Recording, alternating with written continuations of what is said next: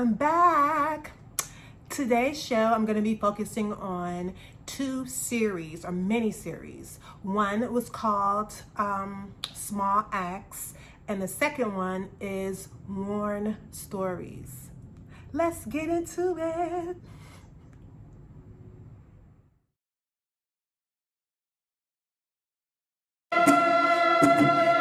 These are new types of human beings.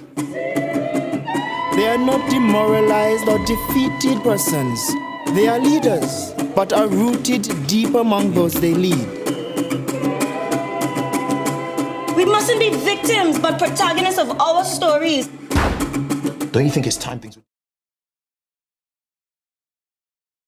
On this t-shirt. It was responsible for what I turned into. I put on my first pair of heels. I was like, oh yeah, this is who she is. Clothing is an art form. It is about expression. I can be a crossing guard by day and a ninja by night.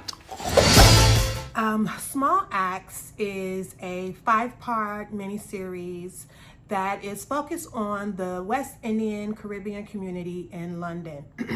Stemming from 1969 to like 1982.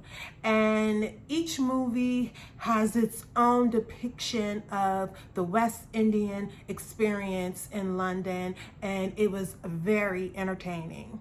You had a variety of actors, some familiar faces, and then a lot of new faces for, I guess would be maybe for us here. All right, let's get into the cast of some of the films. You have John Boyega, Ross Sahil, Nigel Boyle, Frankie Fox, Saffron Comber,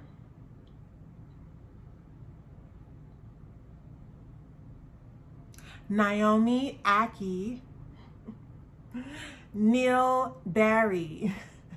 So that's some of the actors that took part in this wonderful production. And let's get into each film. All right, so the first film is titled Mangrove. And the Mangrove tells a story about a restaurant in London that became the social circle hub. And a lot of the neighborhood activists love to go to that particular restaurant and congregate. Hand out pamphlets, talk about the different issues that are affecting the neighborhood and the Black race in London. It went further into showing all of the stereotypical things for that Blacks have to go through on this planet, you know, with crooked police officers and how they navigated through that. I found it very intriguing, the particular court scene that they had, and all of the different revelations and just personalities that had to come together to make a decision on how they wanted to move forward legally, you know, how they wanted to allow their representation to represent them. So that was the first one, Mangrove. And I really, really enjoyed that. The next one was Lover's Rock. Lover's Rock was a story about two young women that, you know, were getting ready to go out to a house party. Oh yeah. And this was a Caribbean house party. And I don't know if you've ever been to a Caribbean house party. They are like no other. Do you understand me? They're like no other. You have a really fabulous DJ, you have your food going on, you got your drinks popping off, and you got the dates, you got the flirting, you got the winding and grinding on the dance floor.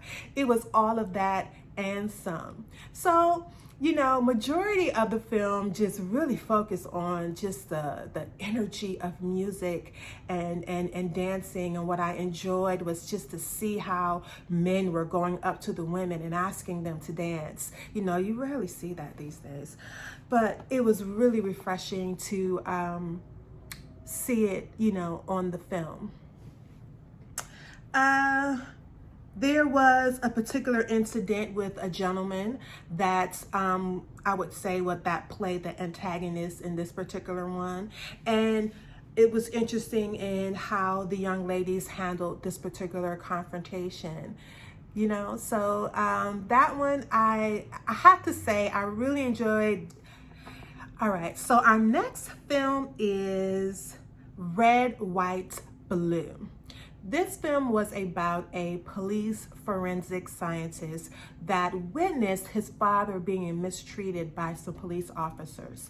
He decided that he wanted to make a difference by becoming a police officer and exercising change from within the system. And he learned that that particular choice wasn't going to be an easy choice. This film was, gosh, it just really hit home, and I watched it in the midst of a lot of the different racial disparities happening here in America, and it just mirrored a lot of the issues that Black Americans are still experiencing today. And with that being said, that was just really disheartening, but overall the story was a well-told story. Every situation was just believable, and the acting was really great. John Boyega, I know I messed his name up, from Star Trek. He wasn't even in Star Trek. He was in Star Wars. From Star Wars. He was in this film and he played the forensic scientist / police officer. And he did a wonderful job. And, you know, I just love watching him on film, you know. So that one, definitely you should take the time out to take a look at. It's really, really a good story. So the next story is Alex Wheatle. It's a true story about the very famous writer, and it just followed his life through the foster care system into the prison system, and his encounter and development into an adult. And the story was so sad. It was very touching and just heart-wrenching, and how children that don't really have family in the foster care system just become victims of their own circumstances. And one of the scenes or parts that really stood out to me was the Christmas scene, and how empty he felt during Christmas. And that right there, oh, that just really tugged at my heartstrings. And that story was a wonderful story that was told, and really touched on, you know, his experience as being West Indian and the different encounters that he had to deal with being a foster care child and convicted felon. So you definitely have to catch that film, which is Alex Wheatle. All right. So the last film inside of this miniseries was called Education. And Education followed a 12-year-old boy to school, and the school told his parents that he needed to go to a different school that was better suited for his particular needs. And the mother thought that, you know, hey, it's the school, these are professionals, let me listen to them, and sent her child to this special school just to find out that this school was doing nothing. They weren't educating the children, period. And majority of the kids that were attending the school were West Indians. And, you know, it was just really, really, really sad.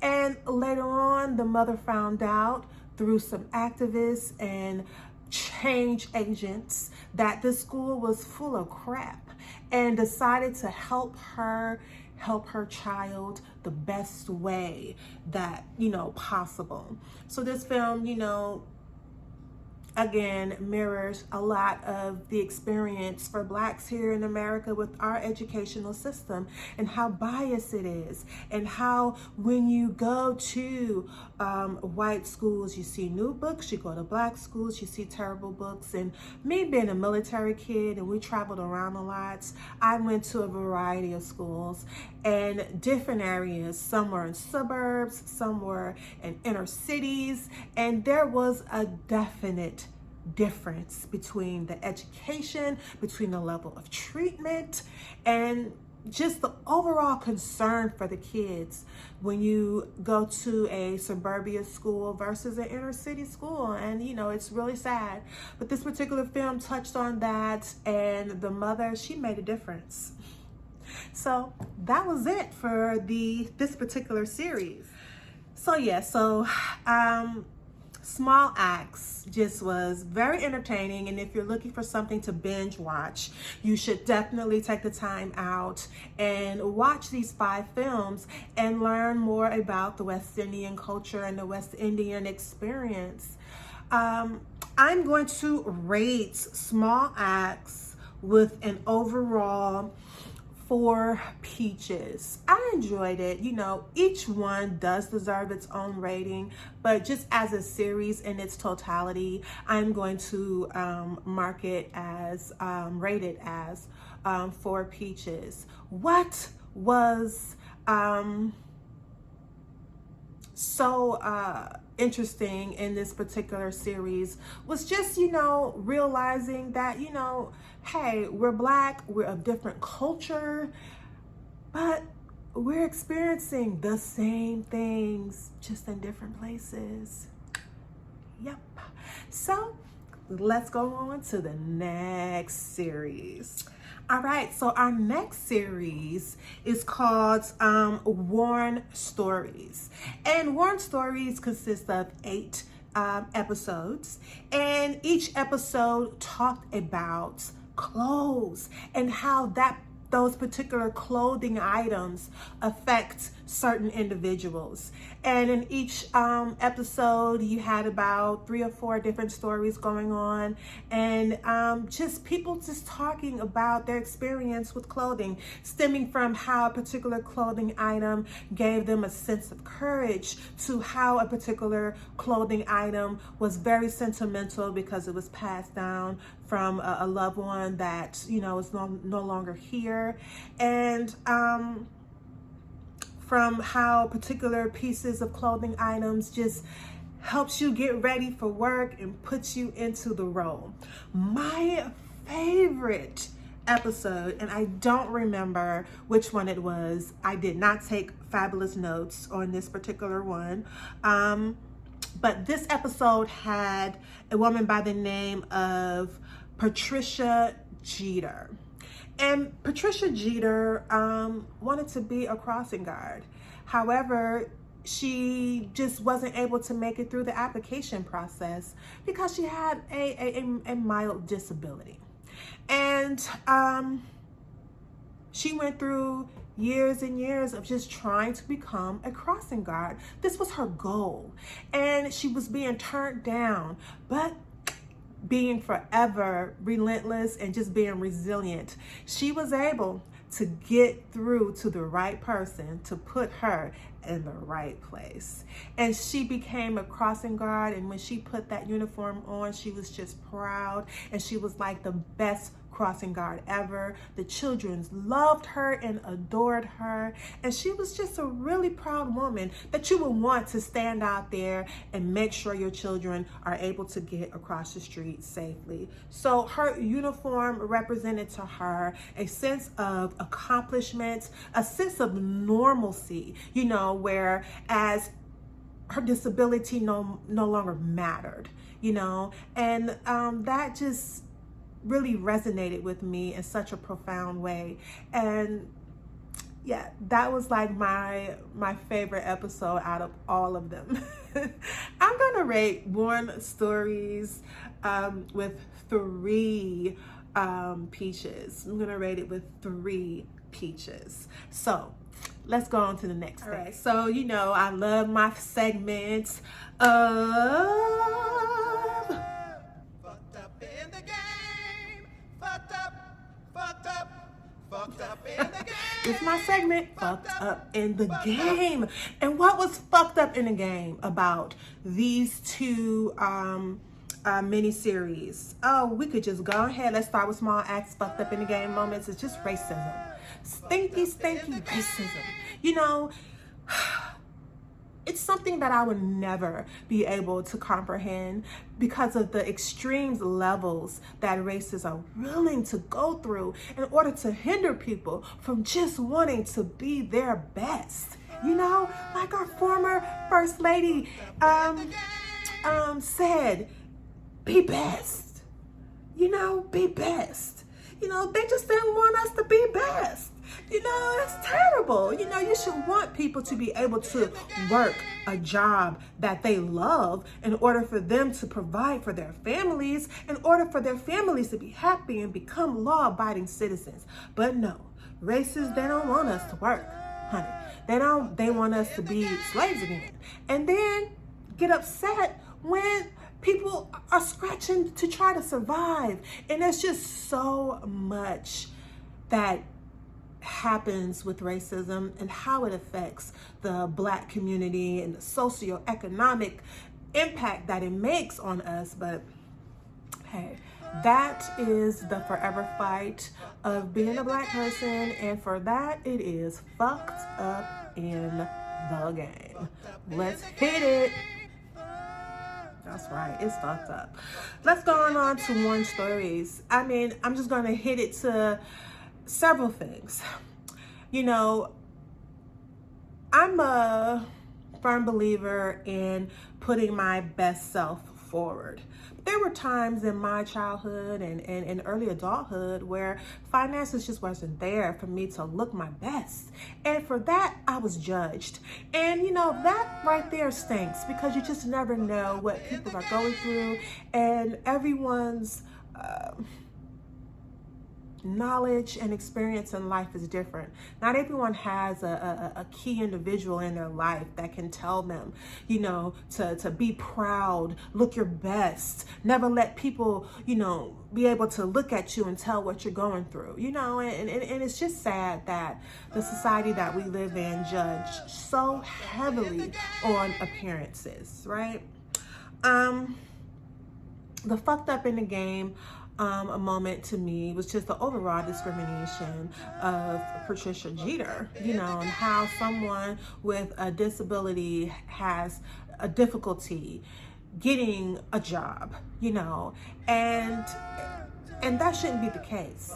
If the person is physically and mentally capable of doing the work, you know, you should allow them to do that and figure out ways to accommodate them and making sure that they're able to be successful at what they desire to do. But, you know, dealing with the society that we live in, they just make things difficult for people who aren't considered normal. And that is fucked up in the game. I'm gonna tell you, fucked up. Oh, all this talking, my throat. Need some lubrication off up in the throat. All right, y'all. I hope you enjoyed today's show. And, you know, I just want you to remember, sit back, relax, escape from your reality. Just watch some TV with me, Carissa K. Till next time, stay safe, everyone. See you soon.